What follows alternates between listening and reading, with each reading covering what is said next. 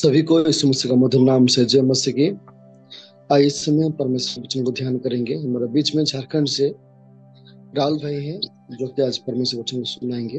ठीक है, हम लोग वचन को सुनने के लिए जाएंगे। एक छोटा सा प्रार्थना करके आज के वचन को सुनने के लिए जाएंगे। धन्यवाद करते परमेश्वर, अभी तक तूने संभाला, इसे धन्यवाद परमेश्वर। इस सुबह की जो मीटिंग में हम सभी को परमेश्वर एकजुट होकर तेरे वचनों को सुनने के लिए एक मौका दिया, इसे धन्यवाद परमेश्वर। अभी हम सब तेरे वचनों को सुनने जाएंगे परमेश्वर। तेरे वचनों को सुन के और उसके अनुसार चलने के लिए मदद सहायता कीजिए परमेश्वर। जितने लोग इस जूम मीटिंग में जुड़े हैं, सभी को आपके हाथों में देते हैं परमेश्वर। आप संभालिए, आप चलाइए परमेश्वर। धन्यवाद के साथ ये प्रार्थना यीशु मसीह नाम से मांगते हैं, आमीन। ठीक है, सभी को जय मसीह। आज हम लोग देखेंगे फेनेलन के बारे में देखेंगे, इसका जीवन के बारे में देखेंगे कि जब ये संसार में थे तो ये इन्होंने अपना जीवन को किस तरह से बिताया बोल के आज हम लोग देखेंगे। तो आज का जो वचन है, हम लोग पहले वचन पढ़ेंगे, उसके बाद आज के जो इसका जीवन स्टोरी है उसमें चल जाएंगे। जब जब हम लोग आमोस 5 अध्याय उसका 14 वचन पढ़ते हैं तो वहाँ ऐसा लिखा है कि हे लोगों, बुराई को नहीं भलाई को ढूंढो ताकि तुम जीवित रहो, और तुम्हारा यह कहना सच ठहरे कि सेनाओं का यहोवा कि सेनाओं का परमेश्वर यहोवा तुम्हारे संग है। तो देखिए, आज का जो मुख्य वचन है वही वचन हमें बताना चाहता है कि जब हम लोग मसीह में आ जाते हैं, जब हम लोग संसार के जो अभिलाषाएं रहता है उस सभी को छोड़ के जब यीशु मसीह के उस सूली पे हम लोग शामिल होने के लिए आ जाते हैं, तो इस संसार का जितने भी बुराई रहता है, जितने वैसे काम रहता है जो हमें मसीह से दूर करना चाहता है, तो वैसे चीजों को छोड़ करके केवल और केवल भलाई को ढूंढना है। कहाँ अच्छा है, कहाँ लोग दुख में है, उस सारी चीजों को ढूंढते हुए हमें अपने जीवन जीवन को बिताना है ना। और हमें तभी हम लोग जानेंगे कि जो परमेश्वर यहोवा है वह हमारे संग है बोल के हम लोग जान सकते हैं। तो जिसके बारे में आज हम लोग ध्यान करने वाले हैं, इन्होंने बचपन में ही ना, जब ये 15 साल के थे, जब ये सियाना हो गए, तो उसी समय से ये अपने आप को परमेश्वर के लिए सौंप दिया ना। अपने आप को बुराई से दूर करके भलाई के मार्गों को ढूंढने लगे। और हमेशा इस संसार पे जो संसार में जो जरूरत रहती है उसे छोड़ करके केवल और केवल अपने आप को यीशु मसीह को समर्पित कर देना। इसके बारे में आज हम लोग ध्यान केंद्र देखते हैं फेनेलन के बारे में। तो इसका जो है 1651 में फ्रांस में हुआ। फ्रांस के पेरिडोल एक जगह है, वहाँ पे इसका जन्म हुआ था ना। ये छोटा ही से, जब ये बहुत छोटे थे, 15 साल के थे, तो उसी समय से ये धर्मशास्त्र और साहित्य में बहुत रुचि रखते थे ना। जैसे कि परमेश्वर के वचनों को पढ़ना और बहुत सारे पत्र सब लिखना, ये सारी चीजों में इसको बहुत रुचि था। बड़ा होने के बाद नहीं, बचपन ही से बहुत रुचि था ना, जिसके कारण जो है 15 वर्ष की उम्र में ही इसे सेमिनरी सेमिनरी में प्रवेश किया। सेमिनरी मतलब होता है कि एक सभा होता है जहाँ पे बहुत सारे विद्वान लोग हैं, बहुत सारे पंडित लोग हैं जो बैठ के किसी एक विषय को लेकर के बातचीत करते हैं। उसमें उससे क्या तर्क निकलता है, उस सारी चीजों को वहाँ बातचीत होता है, उसे ही सेमिनरी कहते हैं ना। तो ये जब 15 साल का बच्चा था, बहुत छोटा था, उसी समय ये सेमिनरी में प्रवेश करता है और वहाँ बहुत सारे लोगों से बातचीत करता है, क्योंकि ये बचपन से ही अपने आप को परमेश्वर के समर्पित कर दिया था ना। परमेश्वर के वचनों को पढ़ना और परमेश्वर के वचनों को गहराई से ध्यान करना, ये सारे चीजों में ये अपने आप को समर्पित कर दिया था।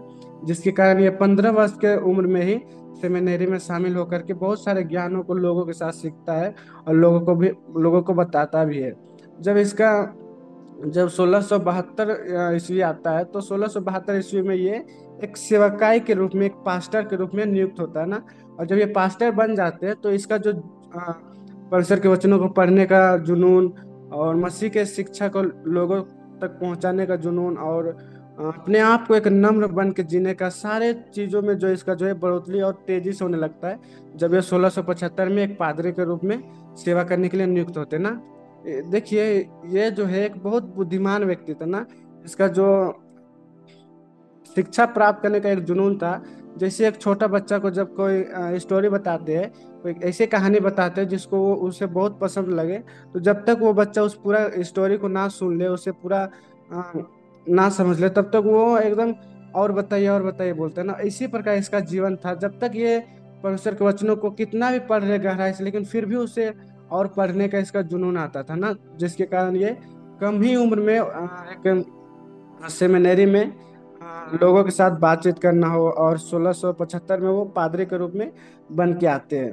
तो जब हम इसका जीवन चरित्र देखते हैं, तो इन्होंने जब पादरी के रूप में जब सेवा के लिए आ गए, जब अपने आप को संपूर्ण रीति से मसीह को समर्पित कर दिए, और इसका एक ही उद्देश्य था कि स्वयं की इच्छाओं को पूरा ना करना ना, ये हमेशा एक ही उद्देश्य रखते थे कि जब वो मसीह में आ गए पादरी के रूप में, तो वो एक ही चीज को महत्व देते थे कि अपने जो इच्छा रहता है, अपने जो संतुष्टि के लिए ये कभी कुछ नहीं किए ना, ये हमेशा अपने ना करके दूसरे लोगों के लिए ये जीना शुरू कर देते।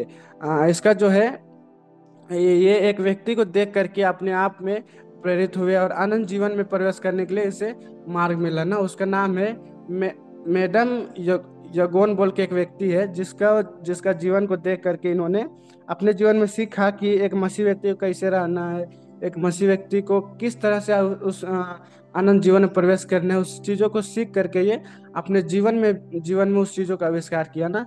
एक उसको गोल बना लिया था कि वही मेरा गोल है, उसके हिसाब से हमें चलना है बोल के बना लिया था ना। लेकिन आज हम लोग भी मसीह में आ चुके हैं और मसीह को समझ चुके हैं, लेकिन आज हम किसको अपना गुरु मान के या किसको हम अपना गोल बना के जी रहे हैं ना। क्योंकि देखिए, अगर हम इस संसार पे कोई व्यक्ति को अगर उसके उसी के जैसा हमें जीना है बोल के जिएंगे, तो अगर एक दिन अगर वो व्यक्ति कुछ गलत कर देता है, तो हम लोग वहाँ फंस जाते हैं ना। वो व्यक्ति तो गलत किया, हम उसमें करेंगे कि नहीं, इस प्रकार का हमारे सोच आ जाता है। इसीलिए जो है हमारा गुरु जो है, हमारे शिक्षक एक ही है, यीशु मसीह ना। यीशु मसीह को देखिए, उसके जो जितने भी चेले थे, उन्होंने अपना लक्ष्य केवल यीशु मसीह पे बना लिया था ना। जैसे यीशु मसीह जिए, जैसे यीशु मसीह कार्य किए, उसके हिसाब से हमें भी जीना है बोल के हर एक चेले लोग अपना लक्ष्य बना लिए थे, अपना गोल निर्धारित कर लिए थे, जिसके कारण वो लोग किसी भी रास्ता पे हो लोग कभी नहीं भटके। क्योंकि यीशु मसीह जो है हमेशा सत्य थे, वो कभी भी बुरे संगति से वो पर्सन नहीं होते थे। इसीलिए उसके चेले लोग भी हमेशा दुख सह लिया, लेकिन किसी को दुख नहीं दिया ना। तो वैसे ही हम आज हमारे जीवन में सोचना है, हम मसीह में आ चुके हैं, तो हमारा गोल कौन है ना। हम अपने जीवन को किसके हिसाब से बिताना चाहते हैं, या इस संसार के कोई एक लोग को पकड़ लिए हैं, या कोई भी हो सकता है। लेकिन जब हम मसीह में आ जाते हैं, तो हमारा एक ही गुरु होना चाहिए, यीशु मसीह ना। उसके वचनों को पढ़ के, और जैसे यीशु मसीह का जीवन था वैसे हमारे जीवन को बिताना बहुत जरूरी है, जिसके बारे में आज हम लोग ध्यान करें। फिनलर, उन्होंने भी एक व्यक्ति का जीवन को देख करके अपने जीवन में सीखा, और अनंत जीवन में प्रवेश करने के लिए उन्होंने अपने कदम को बढ़ाया ना। इसके जब इस संसार पे आए थे, उस समय लुई 14 बोल के एक राजा था, जिसके दरबार में ये बहुत सारे मार्गदर्शक दिया करता था राजा को। लेकिन ये अपने अधिक शिक्षा प्राप्त करने के कारण जो राजा है और इसके बीच में मतभेद, मतलब एक संघर्ष हो जाता है, और ये उस रिश्ते रिश्ते को तोड़ देता है ना। लेकिन फिर भी जब ये राजा के दरबार में नहीं रहता है, लेकिन फिर भी वो अपने जगह पे जिस तरह से वो पहले जी रहा था, उसी तरह से एक आत्मविश्वास के साथ, और हमेशा लोगों का जरूरत को अपना जरूरत को ना देखते हुए दूसरे लोगों का जरूरत को पूरा करता था। तो इसी प्रकार का इसका जीवन था ना। और ये जो है बहुत सारे किताब लिखा, जिसके कारण बहुत सारे मसीह लोग इसमें आ गए, और बहुत सारे जो मसीह में पीछे थे, वो सारे लोग इसमें इसके जो बुक है उसको पढ़ के एक मार्गदर्शक के रूप में कार्य किया ना। जो इसका जीवन चरित्र है उसको दर्शाने वाला एक वचन है। जब हम लोग भजन संहिता 46 का 10 पढ़ते हैं, तो वहाँ लिखा है कि चुप हो जाओ और जान लो कि मैं ही परमेश्वर हूँ बोल के इसका ये वचन है जो इसका जीवन चरित्र को दर्शाता है। तो ये जो है, जब अपने आप को परमेश्वर के समर्पित कर दिया, तो ये एकदम अपने आप में एकदम साइलेंट हो गया ना, और सब चीज वो परमेश्वर यीशु मसीह पे छोड़ दिया कि जैसे वो चाहते हैं वैसे हमें चलाएंगे बोल के ये अपने आप को परमेश्वर को दे दिया। जब इसने अपने आप को परमेश्वर को दे दिया, उसके बाद परमेश्वर जो है इसके जीवन में बहुत बड़े बड़े कार्य किए ना। इसके द्वारा बहुत सारे लोग और बहुत सारे आत्माओं को परमेश्वर ने बचाए। इसके द्वारा जो लोग विश्वास में भटके हुए थे, उन सारे लोगों को मसीह में लाए। और बहुत सारे ऐसे गरीब लोग थे जिसको मदद की जरूरत था, जिसको मदद नहीं मिली, तो ऐसे सारे बहुत सारे लोगों को मदद भी किए बोल के हम लोग देख सकते हैं। तो जब ये मसीह में समर्पित कर दिए, तो उसके बाद ही परमेश्वर इसको अपने कार्य में, अपने सेवा में इस्तेमाल किए ना। तो जब हम लोग भी जब मसीह में आ गए हैं, तो हमें भी पूरा रीति से अपने आप को परमेश्वर के लिए समर्पित कर देना ना। तो देखिए, एक जो खाली बर्तन रहता है, अगर उसे कहीं गिराने से बहुत आवाज देता है ना, लेकिन जब वही बर्तन में भरा हुआ कुछ सामान रहे तो उसको अगर मारने से ज्यादा आवाज नहीं देता है ना। तो इसीलिए जब हम लोग मसीह में आ चुके हैं, अगर मसीह में हम लोग अज्ञानी है, कुछ नहीं जानते, तो हमारा जीवन किसी काम का नहीं है ना, उस खाली बर्तन के समान है। लेकिन हम लोग ये सोच के कि हम लोग तो एक खाली बर्तन है, अपने आप को परमेश्वर को सौंप देंगे, तो परमेश्वर जो है उस खाली बर्तन में क्या रहना है क्या नहीं रहना है, वो सारे चीजों को परमेश्वर जानते हैं ना। क्योंकि हमारे विषय में जो है परमेश्वर बहुत चिंता करता है, और जो परमेश्वर चिंता करता है वो हमारे नुकसान के लिए नहीं बल्कि हमारे भलाई के लिए ही होता है। तो ये इसका छोटा सा जीवन चरित्र था कि इन्होंने कैसे अपना जीवन को बिताया। इसका जन्म 1651 में हुआ, और कैसे इन्होंने पादरी बना, पास्टर बना, और कैसे कैसे अपना जीवन को बिताया, ये इसका छोटा सा जीवन चरित्र था ना। उन्होंने अपने आप को परमेश्वर को समर्पित कर दिया। तो इसके जीवन से हम लोग क्या सीख सकते हैं कि पहला चीज हम लोग सीख सकते हैं, नम्रता का पालन करें। देखिए, हर एक व्यक्ति जो है जब मसीह में आ जाता है तो वो हमेशा अपने आप को नम्र करना चाहता है ना। हमेशा बड़ों के सामने आदर के साथ रहता है। हमेशा अगर लोग उसे मारे भी तो उसे सह लेता है ना, एक नम्रता का जीवन बिताने लगता है ना। हम लोग उदाहरण के लिए यीशु मसीह को भी देख सकते हैं। यीशु मसीह के पास जब इस संसार पे आए थे, उस समय भी यीशु मसीह को स्वर्ग का अधिकार और पृथ्वी का अधिकार दोनों था ना। लेकिन फिर भी यीशु मसीह जो है उस अधिकार का इस्तेमाल नहीं किया ना। जब यीशु मसीह को लोग मारने के लिए आए, जब यीशु मसीह को लोग पकड़ने के लिए आए, तो उस समय यीशु मसीह जो है अपना जो अधिकार था, अपना पावर था, उसका इस्तेमाल नहीं किया ना। देखिए, यीशु मसीह जो है एक कोहिनूर के समान था ना, लेकिन इस संसार पे एक कोयले के समान बन के आया। तो हमारा जीवन भी, हम कितने भी महान क्यों ना हो, हमारे पास कितने भी धन दौलत क्यों ना हो, लेकिन हमारे जीवन जब हम मसीह में आ जाते हैं तो एक जीरो बन के रहना बहुत जरूरी है ना। क्योंकि यीशु मसीह ही हमारे लिए एक बहुत बड़ा उदाहरण है कि उन्होंने उस सिंहासन को छोड़ के, जहाँ वो एक राजा के जैसे रहता था, उसे छोड़ के इस संसार पे एक नौकर के रूप में ना, यीशु मसीह खुद बोलते हैं कि मैं सेवा पाने नहीं बल्कि सेवा देने के लिए आया हूँ ना।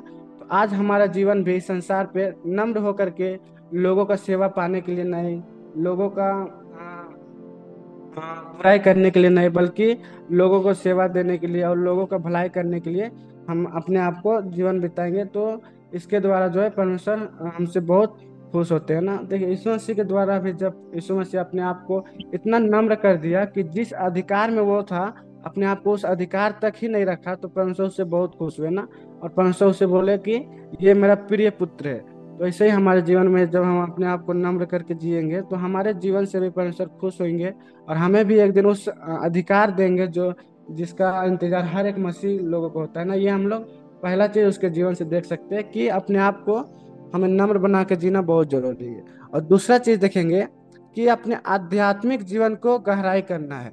देखिए, एक बच्चा मान के चलिए, एक बच्चा है जिसको हम लोग 5 क्लास में एडमिशन कर दिए, और हम एडमिशन करने के बाद 15 साल हो गया, और 15 साल में भी वो बच्चा वही 5 ही क्लास में है। तो आप लोग उस बच्चे को क्या बोलेंगे? गधा बोलेंगे ना। इतना दिन हो गया अभी तक 5 ही क्लास में, पढ़ने लिखने नहीं आता, ऐसे उसको हम लोग डांटेंगे ना। वैसे ही जब हम लोग मसीह जीवन में आ जाते हैं, जब मसीह को हम लोग अपना लेते हैं और मसीह में बढ़ने लगते हैं, तो केवल मसीह को अपनाने से ही काम नहीं चलेगा ना। क्योंकि मसीह को अपनाएंगे और जब उसके वचनों को पढ़ेंगे, उसके शिक्षाओं को जो पास्टर लोग हैं, जो सेवक लोग हैं परमेश्वर, उसके उसके द्वारा सुनेंगे, तभी तो हमारा जो आत्मिक जीवन रहता है वो गहराई से गहराई से जो जड़ पकड़ेगा ना। एक पेड़ ही को देख लीजिए, अगर एक पेड़ को चट्टान पर रख दिया जाए और बोला जाए कि तुम मिट्टी पकड़ लेना और फल उल देना, तो वो पेड़ नहीं देने सकेगा ना। जब तक वो मिट्टी में नहीं आएगा तब तक वो देने नहीं सकेगा। वैसे ही जब हम लोग परमेश्वर के वचन में, या जो सेवक लोग हैं जो परमेश्वर के वचन को बताते हैं, उसके वचनों को नहीं सुनेंगे, तो हम लोग भी मसीह में एक मिट्टी गहराई से आत्मिक जीवन को हम लोग मजबूत नहीं कर सकते ना। यीशु मसीह जब इस संसार पे आए थे तो एक दृष्टांत कहे थे कि एक बीज बोने वाला है, जो बीज बोने के लिए निकलता है। तो बीज बोते समय पे कुछ बीज जो रहता है रास्ता पे गिर जाता है, जिसको चिड़िया लोग आके फटाक से ले जाता है। और कुछ बीज रहता है जो झाड़ियों में गिरता है, लेकिन वो झाड़ी के साथ साथ तो बढ़ता है, लेकिन ज्यादा झाड़ी होने के कारण वो झाड़ी में दब जाता है और बड़ा होने नहीं सकता है ना। लेकिन कुछ बीज जो रहता है पत्थल वाला भूमि में गिरता है, जहाँ पे ज्यादा मिट्टी नहीं रहने के कारण बीज तो फटाक से बढ़ जाता है, लेकिन जब धूप पड़ता है तो वो बीज सूख जाता है। और कुछ बीज रहता है जो अच्छे भूमि पे पड़ता है ना, और वहाँ अच्छे जड़ पकड़ के अच्छे से मिट्टी में खाद मिलता है, जिसके कारण वो बीज बढ़ जाता है। तो हमारे जीवन में ये परखना जरूर है कि इस चार बीज में से हमारा जो आत्मिक जीवन है वो किस किस बीज में हम लोग किस जमीन पे अपना आत्मिक जीवन को उतारे हैं ना, किस गहराई पे हम अपने आत्मिक जीवन को बिता रहे हैं। इस चीजों का हमें परखना बहुत जरूरी है। अगर हम उस अच्छे भूमि पे, अच्छे जो खेत था उसमें अपना आत्मिक जीवन को बिता रहे हैं तो हमारा जीवन परमेश्वर के साथ बहुत गहरा है ना, क्योंकि परमेश्वर उसी बीज को पसंद करते हैं जो अच्छे भूमि पर रहता है ना। तो हमारे जीवन में हमें ये परखना बहुत जरूरी है कि आज हम अपने आत्मिक जीवन को किस गहराई तक मसीह में उतार चुके हैं ना, कि हम लोग 5 साल 6 साल हो गया मसीह को केवल जान लिए हैं, लेकिन हमारा आत्मिक जीवन जो है आज तक उसी पथरीली भूमि पे है जहाँ बढ़ के तुरंत सूख जाता है ना, सुन के एक एक दिन 2 दिन के बाद तुरंत फिर हम लोग मुरझा जाते हैं। ऐसा जीवन है, हमें परखना बहुत जरूरी है। और तीसरा चीज हम लोग देखेंगे इसके जीवन से, फेनेलर के जीवन से, ये बहुत ही जरूरत है ना, जरूरतमंद लोगों की देखभाल करना। देखिए हम लोग इस संसार पे आए हैं तो हम लोग परमेश्वर को कुछ नहीं दे सकते ना, और परमेश्वर हमें कुछ भी नहीं मांगते, क्योंकि ये सारा संसार जो है, धन दौलत सारा चीज परमेश्वर का ही ना। और इस संसार के जो वस्तुएं हैं उससे परमेश्वर के कुछ लेना देना नहीं है। केवल इस संसार पे एक ही वस्तु है जिसको परमेश्वर पसंद करते हैं, वो है मानव जाति ना। तो हम लोग परमेश्वर को कुछ नहीं दे सकते ना, परमेश्वर हमें धन संपत्ति कुछ नहीं मांगता है। लेकिन इस संसार पे परमेश्वर के स्वरूप में बनाया गया इंसान है ना, क्योंकि जब हम लोग उत्पत्ति में पढ़ते हैं तो परमेश्वर ने दो व्यक्ति को बनाते हैं ना, आदम और हवा को। और परमेश्वर बोलते हैं कि ये मेरे ही स्वरूप में बोल के बोलते हैं। तो जो व्यक्ति आज इस संसार में परमेश्वर के स्वरूप में है, उस व्यक्ति का हम लोग मदद करना, उस व्यक्ति का देखभाल करना। अगर कोई गरीबी में है तो उसका उसे जिस चीज में उसको कमी उस सारे चीजों को देना, ये हमारे जीवन में होना बहुत जरूरी है ना। क्योंकि जब यीशु मसीह भी इस संसार में आए थे तो यीशु मसीह भी जरूरतमंद लोगों का ही देखभाल किया ना, और जरूरतमंद लोगों को ही चंगा किया। यीशु मसीह ऐसे ही नहीं चिल्ला रास्ता पे नहीं चिल्लाते थे कि किसी को चंगा करना है तो आ जाओ मैं चंगा कर दूंगा ना। जो व्यक्ति जरूरत रख के यीशु मसीह के पास जाता था, विश्वास करता था, उसी को ही यीशु मसीह चंगाई देते थे, और उसके जीवन में परमेश्वर का जो महिमा है जिसको यीशु मसीह दिखाने आते थे, उस चीजों को यीशु मसीह दिखाते थे। तो हमारे जीवन में भी जब हम लोग जरूरतमंदों को चंगा करेंगे, मतलब जरूरतमंद लोगों को देखभाल करेंगे, उसका मदद करेंगे, तो परमेश्वर जो है हमारे द्वारा भी खुश रहेंगे, जैसे यीशु मसीह के द्वारा परमेश्वर बहुत खुश थे। तो हम लोग आज तीन चीज फिनलर के जीवन से देख सकते हैं। पहला जीवन की, जब हम लोग मसीह में आ जाते हैं तो अपने आप को नम्र होकर के जीना बहुत जरूरी है ना। और दूसरा चीज, मसीह में आने के बाद केवल हमें एक वही लेवल में नहीं रहना है। जब हम लोग मसीह को ग्रहण किए थे तो उस समय हमारे पास कितना ज्ञान था, उसमें हम कितना मसीह में गहराई से उतरे थे, केवल उसमें नहीं रहना है ना। दिन भर दिन हमें मसीह में और गहराई से जड़ पकड़ते जाना है, ताकि जब हमारे जीवन में कोई दुख तकलीफ परेशानी आए तो हम उस चीजों से लड़ सके ना, आयुब के जैसे। और तीसरा चीज हम लोग देखें कि जो लोग जरूरतमंद होता है उन्हें देखभाल करना, उन्हें मदद करना ना। जिसके पास है अगर उससे ही हम कुछ देंगे तो हम लोग का क्या क्या इज्जत रह जाएगा ना। जिसके पास है उसे, मान के चलिए अभी एक व्यक्ति है जिसके पास 2 रोटी है, और एक व्यक्ति है जिसके पास कुछ नहीं है, लेकिन हम लोग जिसके पास रोटी है उसे ही देंगे तो क्या फायदा ना। उसके पास तो पहले से ही है, वो अपने जो उसके पास है उसे खा के वो जीवित रह सकता है। लेकिन जिसके पास नहीं है, जो अपने जरूरतों को पूरा नहीं कर सक रहा, वैसे लोगों को हमें देखभाल करना बहुत जरूरी है। तो मैं आशा करता हूँ कि ये जो स्टोरी है आज का, वो आप सभी को समझ में आया होगा। आगे का समय हम मनोज भैया को देना चाहते हैं। Thank you Rahul. परमेश्वर आपको आशीष दे। इस समय हम प्रार्थना करेंगे। हमारे बीच में कोई प्रार्थना कीजिएगा आज का दिन के लिए, और जितने भी जूम मीटिंग में जुड़े हैं सभी भाई बहन के लिए प्रार्थना कीजिएगा। ठीक है, हम लोग प्रार्थना करेंगे। धन्यवाद करते परमेश्वर, अभी तक तूने संभाला, ऐसे धन्यवाद परमेश्वर। यहाँ पे बैठ के परमेश्वर तूने सिखाया परमेश्वर कि हमारा जीवन कैसे होना चाहिए, ऐसे धन्यवाद परमेश्वर। वैसे ही हमारे जीवन को बिताने के लिए मदद सहायता कीजिए परमेश्वर, ताकि हम सब परमेश्वर तेरे में और तेरे वचनों में परमेश्वर गहराई से बन सके परमेश्वर। और जितने लोग इस जो मीटिंग में जुड़े परमेश्वर, सभी को आपके हाथों में रखते अपने संभालिए परमेश्वर, आशीष दीजिए, ताकि आने वाले दिन में परमेश्वर हम सभी लोग मिलकर परमेश्वर तेरी सेवा में भागीदारी हो सके। धन्यवाद के साथ ये प्रार्थना इसमें सिना मांगते हैं, आमीन।